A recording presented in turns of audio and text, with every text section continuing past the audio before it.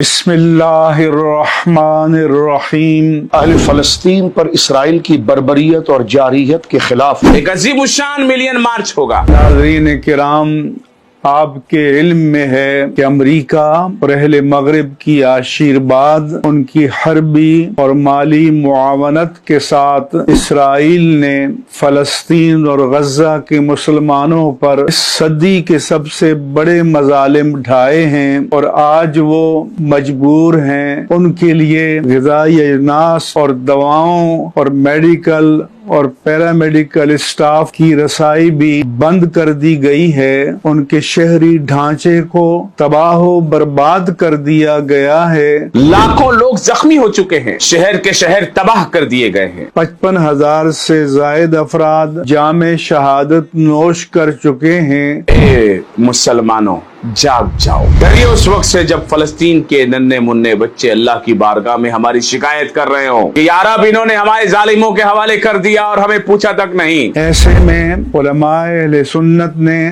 बाहमी मुशावरत से फैसला किया है कि कराची में अहले सुन्नत व जमात के ज़ेर एहतिमाम फलस्तीन और गजा के मुसलमानों के साथ इजहार यकजहती के लिए मुस्लिम हुक्मरानों को उनकी जिम्मेदारियां याद दिलाने के लिए एक मिलियन मार्च मुनक्किद किया जाए। 4 मई